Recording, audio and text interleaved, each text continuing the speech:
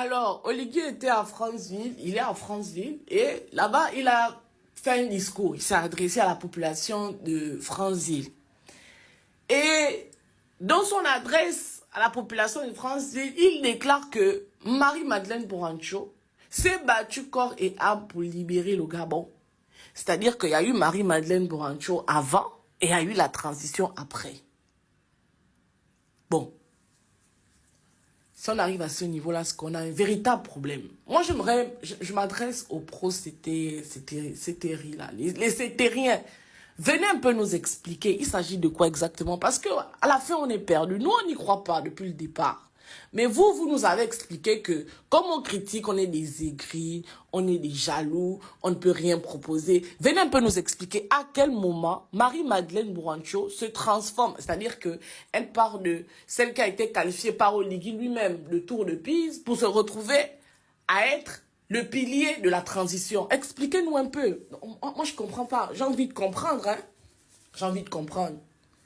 Marie-Madeleine Borancho est celle qui a décidé de prononcer l'indisponibilité temporaire plutôt que d'annoncer la vacance de pouvoir. Si Marie-Madeleine Borancho en 2018, quand Ali Bongo est tombé malade, quand Ali Bongo a eu l'AVC, si elle avait pris à cœur la libération du Gabon, elle aurait déclaré la vacance du pouvoir. Parce que tout part d'elle. Si elle avait déclaré la vacance du pouvoir, Sylvia Bongo n'aurait jamais eu autant de pouvoir qu'elle a eu entre 2018 et 2023. Donc c'est Marie-Madeleine Borancho qui est la cause racine des problèmes du Gabon. C'est elle qui a fait valider l'élection de 2016, alors que le problème de la filiation, le problème d'acte de naissance d'Ali Bongo était posé sur la table. Elle a balayé ça du revers de la main. Elle a dit que Ali Bongo, on monte, on descend, il a été élu dans les urnes, hein, leur une mystique, et qu'elle le déclarait président de la République. En 2009, elle a fait pareil. Elle a oublié. Elle connaît Ali Bongo, puisqu'elle a été la maîtresse attitrée d'Omar Bongo. Ce n'est pas moi qui le dis.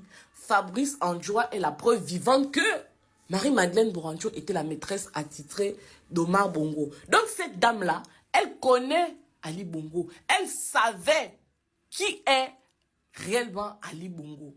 Mais ça ne l'a pas empêché de valider ces élections-là. Les élections où les Gabonais se sont exprimés. Ils ont dit qu'ils ne voulaient plus de cette famille-là. Ils ne voulaient plus de Bongo à la tête du pouvoir. Mais comme elle est extrémiste, Téké, les extrémistes Téké qui pensent que dans leur tête de villageois, que le pouvoir du Gabon c'est exclusivement réservé à eux là. Ils ont décidé que Ali Bongo allait être président du Gabon. Et nous nous sommes retrouvés où nous sommes aujourd'hui là. Oligui a oublié ça. Pour venir aujourd'hui, il a le courage. Mais quel manque de respect. Et quand on dit Oligui, les gens disent, pourquoi vous manquez de respect? Il faut l'appeler président de la transition. Il faut... Président Bobo a le courage de venir nous expliquer aujourd'hui que Marie-Madeleine Borancho s'est battue corps et âme pour la libération du Gabon. Mais quel manque de respect pour le peuple gabonais. On peut manquer de respect à un peuple comme ça là. C'est-à-dire qu'on a décidé, ils ont décidé dans leur comité de transition là que les Gabonais sont des élungués. On peut raconter tout et n'importe quoi. Ils vont gober ça. Parce que si on n'est pas manipulateur, si on n'est pas en train de berner le peuple, on ne peut pas se présenter devant une population et déclarer que Marie-Madeleine Borancho s'est battue corps et âme pour libérer le Gabon et que finalement Sylvia Bongo est le seul problème la seule chic de ce Gabon-là. Ce n'est pas possible. Marie-Madeleine Borancho devait être en prison.